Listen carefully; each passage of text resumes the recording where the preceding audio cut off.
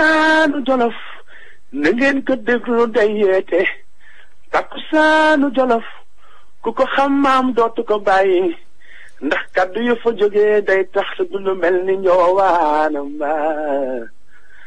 takkusaanu Jolof sama gaañi daw leen déglu ko takkusaanu Jolof kaddu yu fa jógee day indi mbégte ci njaboot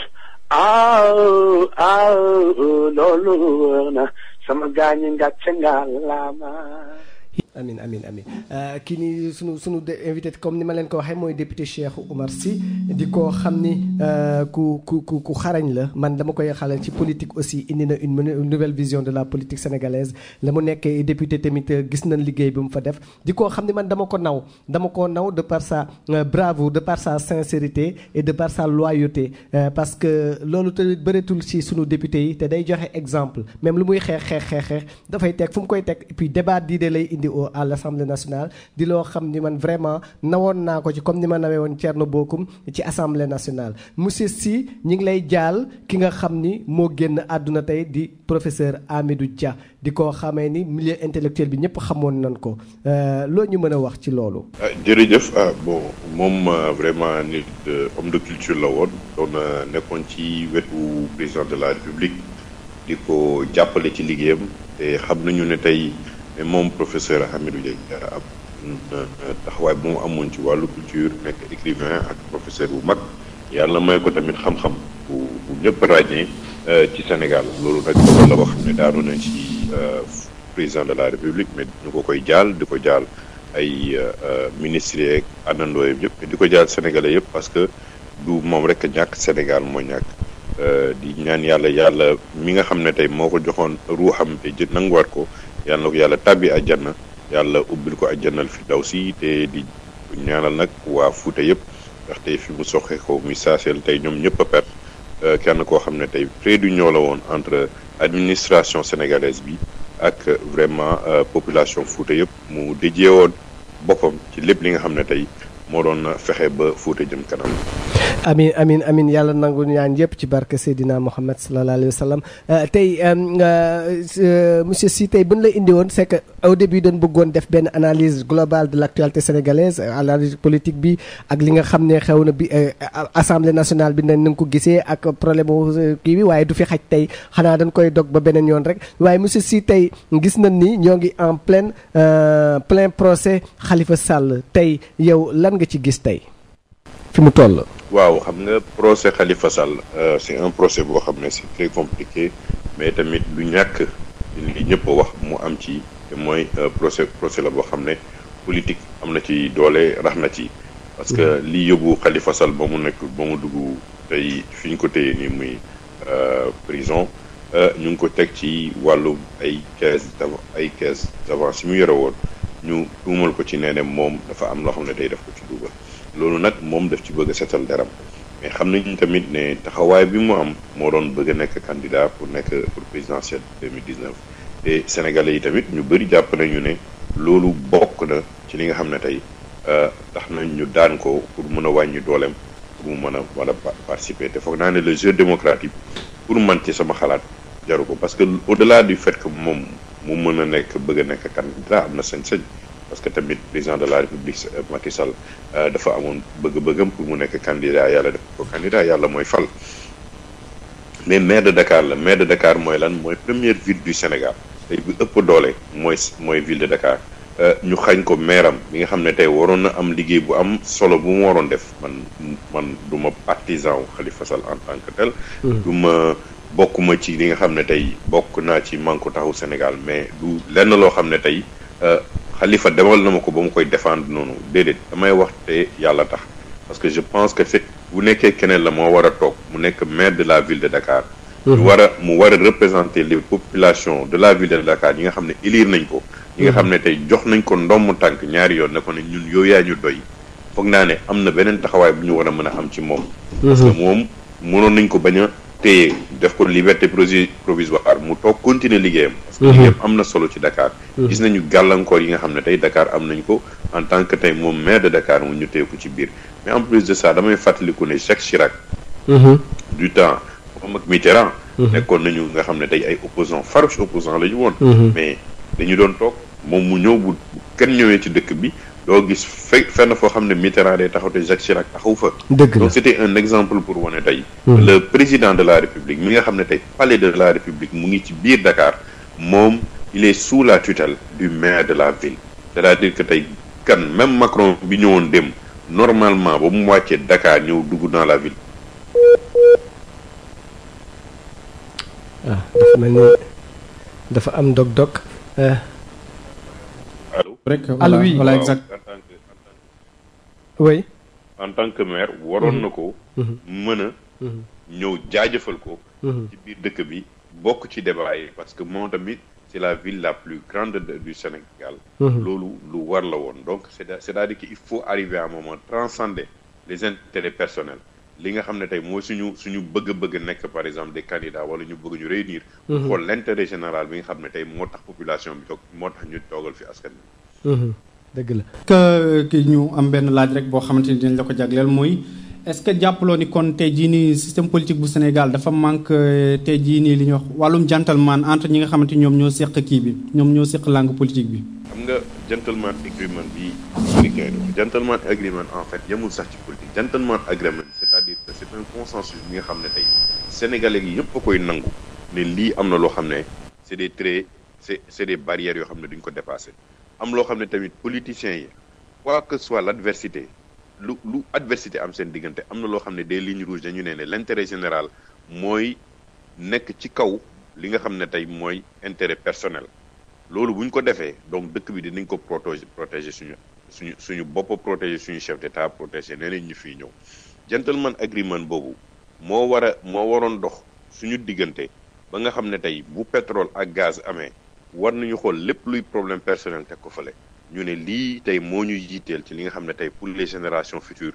yàlla may ni ñu teewee ko ñu war ko mën a jiite ñu war a mën a toog ñu ñëpp waxtaan ci pour jëm ci kanam gentleman agreement bi moo doon xool tey Sénégal problème éducation bi waxtaan ak kilifa diine yi waxtaan ak ñëpp ne leen naka nañu mettre en place un système éducatif boo xam ne dina nekk un système inclusif ñëpp gis ci seen bopp du ay président jóge fële Macron wala ñeneen ñëw di ko mobiliser mais am na loo xam ne yow ci sa biir kër yaa koy tàmmali ba pare ba keneen ku la fa fekk naw la ci mais gentleman agreement boobu ñun dañ ko raté parce que fañ ko raté nag dëgg mooy depuis Léopold Sédar Senghor parce que tey mënuñu comprendre dëkk nga jël dëkk nga dénk ko nit pendant des années mu jiitu mu dëkk bi fay ko ay taxes fay ko ay léppam moom mu ñëw ne léegi pare na carrière am politique pare na carrière am en tant que président de la République mu ne moom day dem dëkki France par exemple muy le cas de Senghor muy le cas de Abdou Diouf muy le cas de Abdoulaye Wade c'est-à-dire que gentleman agreement boobu ci suñu président yi ñu jiite foofu la waroon a commencer te waroon nañu am ay chaires dans l'université xale yi war a mën a toog chaque 3 mois benn Abdoulaye Wade ñëw toog ci biir foofu wax ci expérience am politique ak ci jaar-jaaram loolu la ñuy wax la transmission du savoir la transmission bi nga xam ne tey génération future bi dinañ ci jaar ñoom Obama dañ koy def ñoom Bill Clinton dañ koy def ñeneen ak ñeneen dañ koy def mais aussi tey boo xoolee ay ñoom Jerry Rawlings Ghana li tax tey mu am doole c'est-à-dire que les présidents qui sont passés ils sont restés dans leur pays pour accompagner le développement du pays joxe benn image de solidarité boo xam ne génération bi yëpp dañ leen ci naw mais en plus de ça mais xoolal tey li xew fële ci avec Mugabe dafa dem ba nga xam ne tey dañëpp ko wàccee bëgg mu jóge fa mais qu'est-ce qu'il a fait lan la ñu décidé ñoom dinañ ko bàyyi mais bañ ko bàyyee dañu ne na toog ci biir dëkk bi man dama ne loolu c'est un acte très fort qui va aider le pays dans l'avenir mu mën a stabiliser wu mooy lan dañu ne na toog ñu téye ko fi parce que c'est une figure emblématique de la libération de seen dëkk loolu ça consolide le pays ça permet à un pays d'avoir une génération qui se reflète parce que jeunes yi bañ leen laajee le cas de Mugabe dañu ne ñun Mugabe suñu papa la suñu maam la duñu nangu mu génn dëkk bi et ça c'est un acte très fort ñun waruñu mën a nangu tey que Macky Sall wala Ablaye Wade wala keneen war a mën a dëkk ay France parce que loolu bu ñu leen di décorer duñu leen décorer en tant que président de la République du Sénégal dañu leen di décorer comme s'ils étaient des représentants de la colonie d'une colonie française alors que ça dépassé nañ ko waratuñu war a mën a nangu loolu dañu war a toog suñu dëkk ñu téye leen Macron bu ñëwee fii ñëwul ndax dafa bëgg Sénégal ndax Sénégal dañuy làkk français dafay ñëw parce qu'il défend les intérêts l'économie le savoir-faire, l'avenir de la France. C'est dans cette position et surtout sur cette posture-là la ñu war a taxaw ñun en tant que dirigeant pour xam ne suñu dëkk ñeneen ñi ëppale ñu dara lu dul am full ak fayda bëgg di jëg seen dëkk yi dem kanam.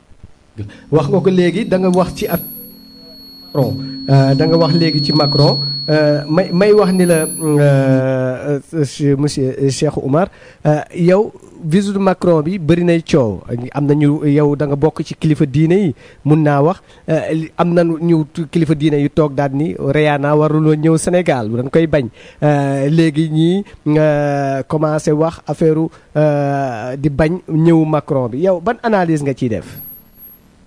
xam nga man damay dissocier deux choses. Tu sais, Rihanna, elle a été recrutée en tant qu'ambassadrice pour l'éducation. Il faut faire attention. C'est pas Rihanna en tant que show business boo xam ne day woy ñu koy fay muy kii dañ ko tànn moom. Au niveau international seen forum boobu ñoo ko tànn ne ko ñun dañoo bëgg moom. Peut-être que dañ ko xool par rapport ak génération bi xam ne génération bi tey. dañ ko suivre tey. bien sûr exact nga bëgg ko nga bañ ko man du ma déglu Wally Seck. mais donc nga bëgg nga bañ ko tu admets que Wally Seck a une branche de la population boo xam ne tey bu nee day tëgg day feesal stade mënoo ci dara. loolu pas-pas la Youssou Ndour c'est la même chose. yeneen c'est des artistes yoo xam ne tey. am na ñoo xam ne tey dem seetaani leen moo leen gënal fukki yoon dem seetaani Macky Sall wala Ablaye Wade wala keneen mun loo leen génne. donc c'est ça c'est des aspects de la communication. tey bu ko kilifa diine yi tamit. bëgg a tere mu ñëw il faut que mu am dalil boo xam ne wane na ko moom ci boppam Rihanna bu fiy ñëw ne loolu la fiy def ba nga xam ne ñoom jaral na ñu ne kii waru fi ñëw. c'est vrai que image bi muy indi c'est de la culture américaine. c'est moom loolu lay dund mooy culture am noonu la ñu màggee noonu la ñu yaroo noonu la ñu xam loolu foofu la ñu jaar. donc elle véhicule ce qu'elle sait elle. mais boo xoolee ba mu wàccee ba mu ñëwee Sénégal. xoolal accoutrement bi mu am ça veut dire que les gens lui ont averti que c'est un pays à 90% de musulmans. yii ngay def na le.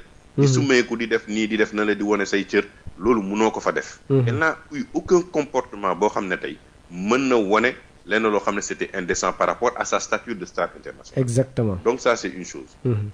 Deuxièmement, la venue de Macron, c'est un président de la République. On a eu la visite de tous les présidents de la République de la France. Ça, c'est pas un problème. Le problème, c'est le contenu et la manière et la stratégie. Est-ce qu'aujourd'hui, nous, le système éducatif, nous pouvons promouvoir, est-ce qu'on a fait l'analyse pour dire que, est-ce que ça, ce système-là a été un échec?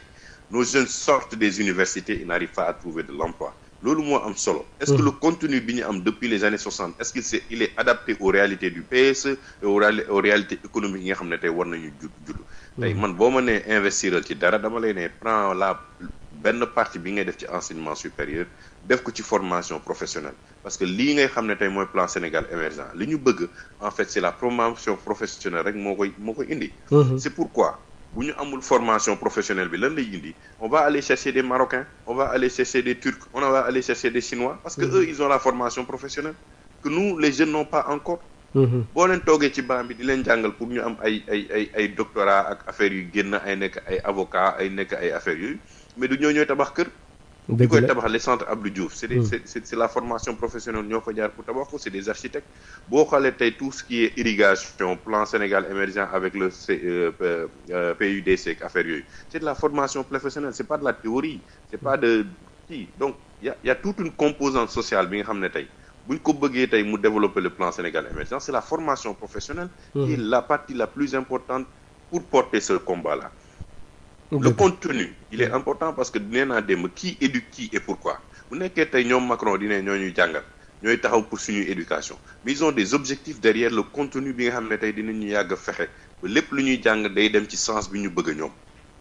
dëgg la loolu dina am impact ci nga xam ne c'est la génération future qui doit conduire la destinée de notre pays.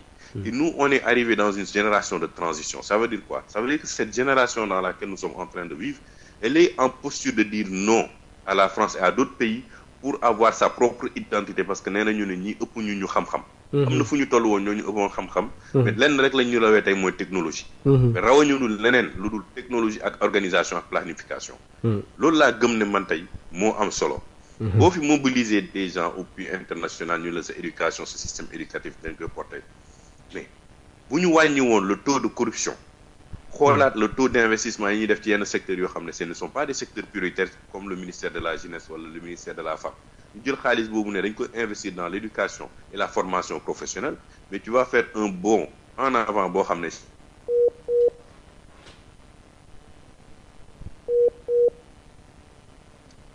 jafe-jafe yu ndaw rek ci wàllum ligne bi waa mu mel ni dikkaat na Cheikh Oumar ñu ngi lay déglu allo. saa affaire yi appel yi day dugg ma obligé di ko. allo waaw ñu ngi lay déglu maam question bu ma la war a poser foofu noonu rek gis nañ ni éducation bokk na ci secteur yi nga xamante ni moo ëpp ay jafe-jafe ci réewu Sénégal ñu war a amal sommet mondial ci éducation est-ce que laata ñuy amal sommet boobu noonu doon jaadu ñu amal benn ndaje lu ci demee ni ay assises ci éducation bi boole acteurs yëpp daje leen ñu xam lan mooy seen jafe-jafe pour bu ko defee bu ñu duggee ci sommet bi ñu xam nan lañ ci discuter.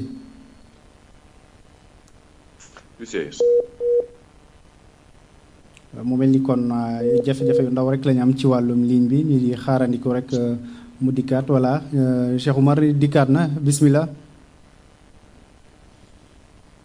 allo. ma ne sommet yi ñuy wax yëpp. le plus important ce sont pas les sommets. Aujourd'hui on a lancé un processus pour ne dañu bëgg wax un dialogue national. On a voulu faire du dialogue un dialogue politique, c'est-à-dire qu'on parle des élections. C'est bon. Parce que l'indice le plus important aujourd'hui dans les pays, avant ñu investir d'abord, c'est de voir si les élections sont paisibles, transparentes dans un pays. Mais le dialogue mënul yem foofu. Le dialogue national doit intégrer tous les composants, y compris l'aspect éducation, santé et l'investissement des ressources naturelles yi ñu am tey. Yooyu yëpp dañ ko war a intégrer toog au niveau national waxtaanee ko ba pare balaa ñu koy jëm di wuti ay sommet international parce que loo xam ne yow toogoog sa biir kër waxtaanee ba ne nii laa bëgg a téye suma kër. quartier bi nii la war a mën a demee waroo mën a ne sur le plan national lii laa bëgg a def comme développement il faut à partir du microscope bi nga dëkk ba pare jëm ci kaw. L'éducation aujourd'hui ne peut pas être réglée à travers la mobilisation des ressources au niveau international. On a un problème interne d'éducation. On a un flux bi nga xam ne tey xale yi nu ñuy juddoo nu ñuy duggee ci biir école moo ëpp doole ressources yi nga xam ne tey état bi am na ko. dëgg la et orientation bi éducation bi jëm. mënul prendre en charge les jeunes bu ñu paree seen éducation parce que éducation boobu c'est obsolète. Tant que nous on n'admet pas que l'éducation système éducation bi ñu am est obsolète et ne répond plus à nos besoins il y aura toujours des difficultés pour régler le problème. Il faut nga am foo taxaw nga ne lii mënatul c'est un mur moo nekk suñu kan mënatuñu dem. C'est-à-dire que retournons en arrière. Revoyons le système à la base. ñu intégrer yeneen composantes. Revoir le curricula à la base bañ a topp tubaab yi seen système éducatif. La base mën nañu am ay baccalauréat yu ñuy accepter ñoom mais revoir par rapport à nos objectifs de développement au niveau local. dëkk boo gis dafa commencer par développement Chine ba muy defar affaire am dafa xool au plan interne lu mu war a régler ba pare. Rwanda bii barki démb il a réglé d'abord ses problèmes internes balaa muy dem sur le plan international. Exact. Inde c'est la même chose yeneen dëkk yi c'est la même chose c'est-à-dire que le système éducatif doit répondre à une demande interne balaa muy dem sur une demande internationale. Alors munoo dem daw di indi ay Macron ak ñeneen ñu lay ne dañuy la mobiliser ay ressources bu ñu la ko dugalee ci ce système éducatif ça ne réglera absolument rien du tout. C'est ça. C'est vrai que état bi mu ngi def ay jéegu ñu ngi def ay planification avec des cartes universitaires yu bees ay INO yu bees il faut reconnaître il y a des investissements énormes que l'État est en train de faire. Mais jusqu'à présent il y a l'éducation de base qui n'est pas être réglée c'est-à-dire que li ngay éducation de base mooy lan xale ba muy dugg CI di commencer ngay nee ni kii ban objectif laa ko war a orienter d'ici ba muy pare carrière am dans 20 ans jàngam dans 20 ans pour mu intégrer dans la dynamique de développement social il faut nga am vision bi ko li muy nar a génni pour nekk moom nga war a tabax ci ba muy ndaw. mais mënoo xaar ba mu dem ba am bakam nga commencer di ko tabaxal une orientation. C'est ça comme l'État parce que l'État c'est 25 ans d'investissement. Exact. Tu compares les 25 ans de contrat aux 25 ans d'investissement dans l'éducation d'un enfant. nga war a mën a xam ne tey kii war naa ko tegal ay jéego yoo xam ne bu génnee am na chance dem liggéey. dëgg la balaa ngaa jaagaane xam li xew sa biir kër loolu la wolof di wax Cheikh Omar xam naa ne fi mu toll nii da nga nekk ci yoon. waaw mën naa leen may yeneen 10 minutes. bu nekkee dëgg la après mën waaw naa Ismaïla. waaw exactement fi mu waxee noonu rek moom dafa mel ni kon li nga xamante ni moom mooy base u système éducatif bu Sénégal moom la jàpp ni kon moom la ñu war a seetaat. Effectivement parce que le problème c'est lan la. xoolal université de Dakar combien d'étudiants nga am Il y a plus de 100 000 étudiants. 100 000 étudiants quand même, c'est énorme pour la prise en charge. Nga war leen bëgg a jox ñoom ñëpp ay bourses, c'est pas possible. Am na loo xam ne état a ses limites, on n'est pas un pays extrêmement riche.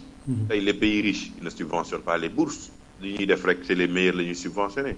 Tu pars aux États-Unis, tu es pris en charge. Tu te prends en charge avec un système de crédit étudiant. Tu pars en France, même bu ñu amee lu ñu couvrir.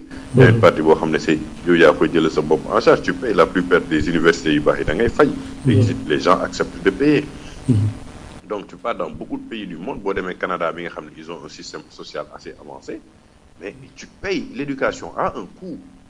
Quand tu sors tu es parmi les meilleurs nga mën a jëm à l'avant. Mais si aujourd'hui l'éducation en même supérieure devient une éducation sociale, un enseignement supérieur social, mais tu n'auras que des remous sociaux.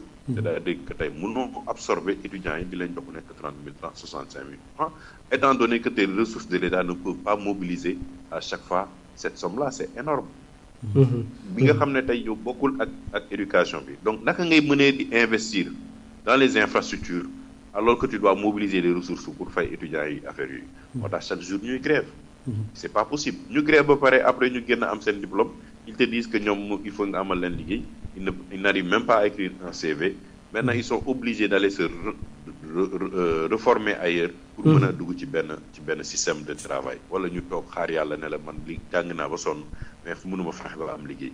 Quel est l'objectif qu'on veut faire avec Diamniadio? Quel est l'objectif qu'on veut faire avec les zones économiques spéciales? Quels sont les objectifs d'orientation avec le nouvel aéroport? Naka lañ ko mën a fexe ba tey toute une composante touristique mën a naître à partir des événements religieux yi di am Sénégal. C'est une réflexion globale. C'est pas une réflexion seulement limitée à l'éducation. C'est un objectif global. nga xam ne dañ ko war a togg ko ba mu ñor au niveau national. Balaa ñu koy porter di jaay dëkk bi alors que li ngay jaay yow ñoragul ci biir dëkk bi ba pare. dëgg la Cheikh Oumar man bëggoon naa ñëw tamit parce que am na loo wax ci dialogue bi ne en dehors du dialogue politique dañ ko war a élargir loolu di lu am solo mais est-ce que da nga xalaat ni war nañ génne benn genre conférence nationale boo xam ne sur plusieurs thèmes éducation ak boole ci xawma religieux yi d'un côté boole ci les notables d'un autre voilà les acteurs culturels comment ça peut se faire ça? Mais xam nga tey on l'a fait. xam nga tey lan la ñu war a mën a dépasser suñu ego personnel. Man lii laa bind lii laay topp. On a fait les assises nationales.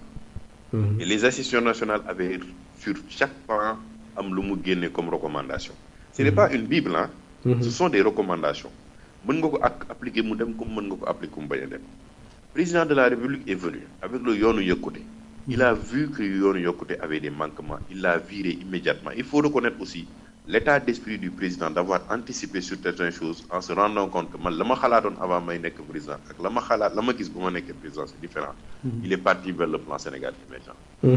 Maintenant le consensus national c'est quoi? Le consensus national c'est de prendre les assises nationales, prendre le plan Sénégal émergent, xool leen comparer leen analyser leen.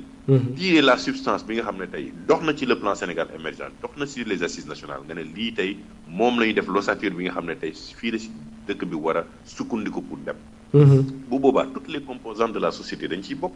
Les religieux tey ils sont dans une dynamique d'entrepreneuriat parce que këru diine boo dem am nañu tool am nañu ay taalibe yu leen di bayal am nañu ay troupeau am nañu tey ñu ngi jaay ay gerte ñu ngi def ay commercialisation du riz. Tu ne peux pas ne pas parler de leur économie et de les intégrer dans une économie plus large. Parce que là, si tu veux une autosuffisance alimentaire, il faut passer nécessairement par les daara qui emploient beaucoup de jeunes. Et ces jeunes-là peuvent être formés pour être des agriculteurs et développer l'agrobusiness. Loolu, c'est une discussion à faire. Les ressources minérales, ñuy wax pétrole ak gaz, tey il faudra discuter est-ce que pétrole bi nga xam ne offshore la dañ koy jëlee ci géej gi est-ce que compagnie koy exploiter est-ce que dañ ko war a dugal ci ay tanker ay bateau yóbbu ko directement vers la France ak yeneen dëkk ñu war ko raffiner ou on devrait avoir une raffinerie à Saint-Louis, ouvrir le couloir de Saint-Louis vers Podor, investir sur des infrastructures ferroviaires. Tey bu nekkee tey def nañu ay pipeline ñu wàcc Saint-Louis wala ñu wàcc côté Kayar. Tey fu mu ne nii da ngay raffiner pétrole bi fii ubbi tout le couloir économique vers le Mali vers la Côte d'Ivoire vers les autres pays di leen distribuer en gaz et en pétrole. Avant ñu la koy raffiner Europe ba pare di la ko jaayaat fii. Quelle est la valeur ajoutée de tout l'entrepreneuriat qui va être créé pendant les années à venir dans le secteur du pétrole. Et Lucas, tu dois en discuter. À partir de ce moment, tu dois analyser. Aujourd'hui que je suis un pays pétrolier et gazier, quelle est la dynamique d'éducation bi nga xam ne war naa ko asseoir pour mën a résorber sama gap bi nga xam ne amoon naa ko avant. Et comme ban type de budget laay mën a installer pour ne pas entrer dans des budgets yoo xam ne dañ koy asseoir ci pétrole bu yéegee bu daanoo man sama économie daanu. Tey le couloir le plus important de développement économique c'est entre le Fouta, le nord et la Casamance. Au nord parce que ce sont des viviers yoo xam ne am nga ci lu bëri fële am na ceeb fi am na horticulture am na lépp ak lépp ak lépp. Mais loolu tu ne peux le faire qu'à travers un consensus et une conférence nationale. Macky Sall va être epsilon dans ce débat-là. Cheikh Oumar Sy va être epsilon dans ce débat-là. Tous les acteurs politiques vont être epsilon parce que c'est l'intérêt général de la nation. ñu xaarandi ko rek mu dikkaat xam naa bu mu jokk gi moom ay jafe-jafe ñu daal di koy teewluwaat mu continuer Cheikh Oumar. ci gis. exact. mooy religieux yi dañ ci war a jouer un rôle. Les politiques dañ ci war a jouer un rôle les acteurs économiques dañ ci war a jouer un rôle. Mais boobaa pàcc bu nekk dañuy xool naka lañ koy articuler ba mu am sens. mënuñu continuer di piloter dëkk bi comme ni ñuy dawalee oto au Sénégal tey car rapide bi génnee fële gauche. ne la moo tey taximan bi ñëw dépassé la coupé fii jàll taxaw jël client ne la moo tey kii jógee fële ñëw suba mu am benn travaux gas tali bi ne la da ngay jàdd par la force te amu ci benn droit nga am kële ku jóg fële tabax benn këram ci diggu presque ci kaw tali bi ba pare ne la moom disitu kër gi parce que dafa bëgg a yónnee yokk benn saalam bu gën a yaatu. yoonam nekk ci di leen di xalaat. Non, il faudra éduquer la population. à aller vers un sens. foofu la éducation le fondement. Le fondement man dama doon gëm ne avant ba ma nekkee parlementaire. Il faut régler le problème de l'exécutif wàññi doolam. Régler le problème de législatif, régler le problème du judiciaire. En effet, je me suis man ci li ma xalaat tey. Il y a qu'une seule chose qu'il faut régler au Sénégal, c'est la justice. Si on renforce la justice, toutes les autres composantes de la société vont venir s'agripper à une justice qui est juste et équitable. C'est-à-dire une justice qui peut aussi bien tenir tête à l'exécutif, mais accompagner le Parlement dans le vote des lois boobu ne ko ku nekk bu ko gisee di la ci gis boppam boo demee ci dans la justice nga xam ne ces juges là ces magistrats sont indépendants parce que loolu mooy rassurer les investisseurs mais loolu mooy rassurer les populations yi ne dëkk bi am na yoon te yoon justice rek moo ko yor c'est pas l'État moo ko yor c'est la justice qui doit être renforcée et libérée du joug de l'exécutif. Voilà man amoon naa benn question rek bu ma la bëgg a poser waat mooy concernant li nga xamante ni moo nekk carte électeur yi ak carte nationale d'identité yi. maa ngi gis ay xibaar ci semaine bi que ni am na ñoo xamante ni jot nañ seen i carte d'identité amul carte électeur est-ce que tey yéen ñi nekk Sénégal foofu noonu ndax affaire carte électeur yi ak carte d'identité distribution bi ban jàngat ngeen ci am. waaw mais loolu ça pose un problème depuis le début ba ñu nekkee au Parlement waxuma ko mais les députés même de la majorité ont posé ce débat-là. Les députés de la majorité ont attiré tey xam nga man mën naa ne j'étais dans la majorité mais am naa samay position boobu. ñëpp xamoon nañ ko. opposition bi mais mën naa seede tamit ne am na ay députés de la majorité ils étaient très sceptiques par rapport à cette politique de carte d'identité et on a vu les conséquences pendant les législatives. Mais pire encore aujourd'hui tey man bu ma nekkee Cheikh Omar ma dox ci biir dëkk bi bu policier arrêté ma laaj ma sama carte d'identité man ko yoruma carte d'identité est-ce qu'il a le droit de m'amener en prison? Je suis apatride dans mon propre pays. C'est-à-dire que sama pays sama dëkk moom ci boppam moo ma rendre illégal. Parce que la carte d'identité c'est le premier droit du citoyen. waxaguma sax carte de vote bi mais la carte d'identité c'est un droit fondamental pour le citoyen. da nga war a juddu am sa at yi ngay am ñu ne la yow jëbbal nañ la sa carte d'identité. waruñu toog di extendre ay carte d'identité yu jeex depuis plus de 2 ans. Parce que l'État a failli à son rôle de régulateur social, de régulateur dans le cadre administratif. Kenn tey police warul taxaw ba ramasser kenn dans la rue, à part des étrangers wala affaire yi mais sénégalais bu toog ñu xam ne kii sénégalais bu génnee une ancienne carte d'identité wala yorul sax mun la man Cheikh Omar laa tudd. bul ne dama lay arrêté da nga koy ne amoon droit parce que yow en tant que policier ministre de l'intérieur nga bokk. Ministère de l'intérieur ne m'a pas donné ma carte d'identité ba war nga ba ma war a mën a toog nga arrêté ma di doo ma identifier. Mais loolu dafa ruslu. Exactement. Tu peux pas être dans un pays où la moitié de la.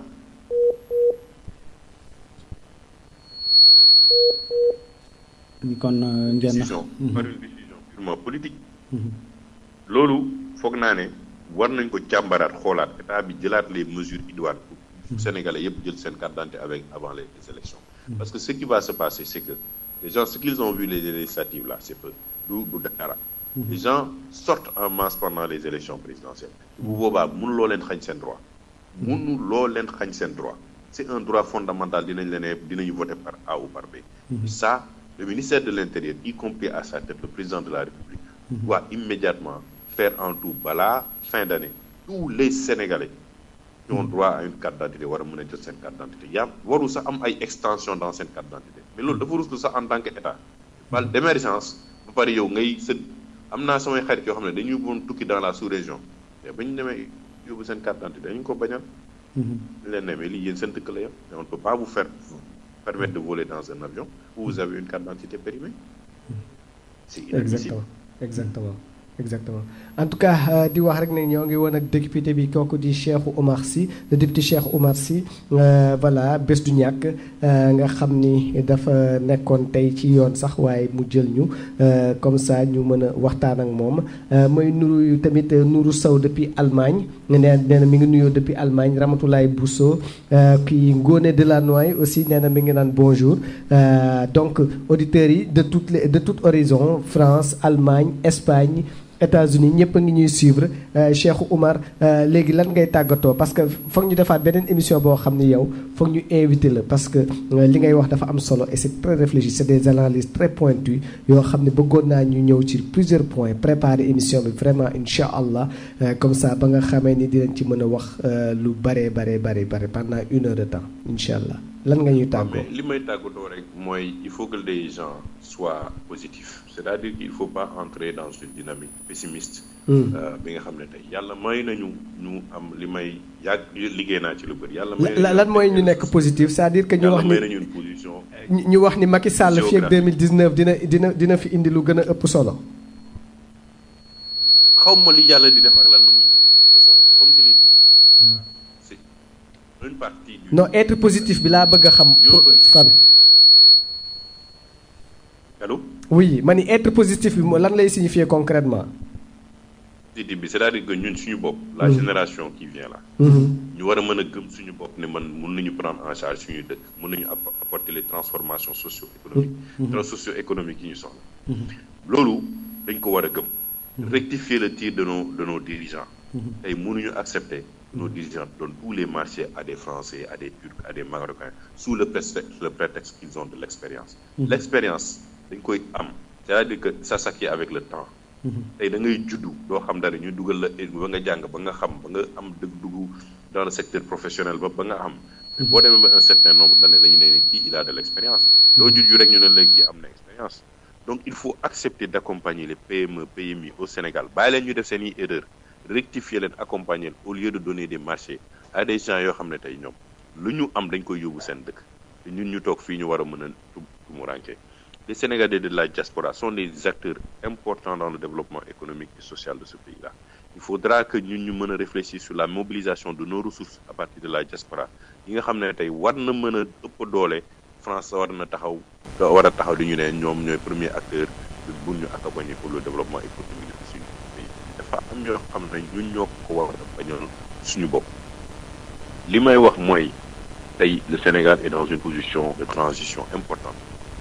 Il faut que ñun ñu mën a taxaw takk suñu dënn nekk des patriotes yàlla may nañu ay kilifa diine yoo xam ne amul fenn ci àdduna tey Sénégal kër wu diine boo dem mën nga fa toog fëgg sa dënn ne fii laa bokk loolu Sénégal rek laa am nañ fi jàmm lenn rek moo ñu boole moo ñuy teqale mooy les positions politiques te loolu ces positions politiques là il faudra que nos politiciens deviennent des patriotes ne xam ne ñoom lépp lu ñuy wax lépp lu ñuy def lépp lu ñuy bind suuf si ñuy joxe war na nekk ci lenn loo xam ne dafa war a yóbbu dëkk bi kanam te war ñu war ci bañ a def benn luubal ba sànq doomu aadama yi sànq seen bopp parce que sànq seen bopp mooy lan mooy mën nañ ci ñoom am ay milliards tey am ci ay lu ñu ciy tabaxee kër am ay oto yu rafet te bu ñu paree ñoom ak yàlla ak askan wi dinañ ko jàkkandoo ñu xam ne lii ñuy def nii def nañ ko te yàlla ba mu leen di jox position boobu dafa leen ne sàmmal leen alalu jàmbur yi waxul leen feesal leen yi seen i poche loolu la leen waxal mais aussi que la population soit consciente d'arrêter de penser que tout va venir à partir des politiciens wala tout va venir à travers du social.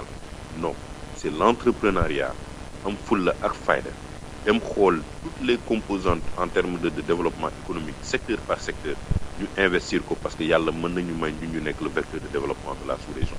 loolu laa gëm loolu laa gis loolu laa xam yàlla nag may ñu jàmm ba suñu président yi bu ñu paree bu ñuy demati bitim réew ñu toog suñu biir dëkk accompagner jeunesse bi accompagner génération bi parce que amul benn kilifa diine boo xam ne tey yàlla may na la daraja ba nga génn ba nga pare da ngay dem ay extérieur non fii ngay toog fii ngay ñoom tamit ni ñu am fulla ak fayda bu ñu paree seen mission quelles que soient les erreurs qu'ils ont faites am na yoo xam ne mën nañ leen ko baal ñu mën a toog muy Abdoulaye Wade muy Macky Sall muy Abdou Diouf ñu ñëw toog suñu biir dëkk bi parce que ñun suñu taxi moo leen jox lu ñu nekk moo leen jox daraja bu ñu am moo tax ñu jiite suñu réew loolu laa am lu may wax ci auditeurs yi te xam naa bu soobee yàlla bu beneen yoone yaataa waxtaan bu gënee gudd dinaa ci joxe yeneen élément de réflexion ci sama xalaatu boobu. jërëjëf Cheikh Omar Sy man de naw naa la ci say waxin ci sa jëfin ak say xalaat ndaxte kat damay sàmm chaque jour di joxe exemple ci ñi nga xam ne ñoo ŋànk réew mi ñu ngi ciy dox ku ci nekk sa wàll ku ci nekk li nga ciy def nag macha allah yàlla na bëri ay nit homme politique yi xalaate ni ngay xalaate ak di am démarche yooyu te bañ di féetewoo rek ngir féetewoo politicienne bi foog naa moo ñu sonal dafa doy kon nag nañ ciy jéem a am un renouvellement politique renouvellement non seulement générationnel mais d'idées et de comportement loolu dafa baax ci askan ndaxte kat loolu rek ñu mën a jëmee kanam.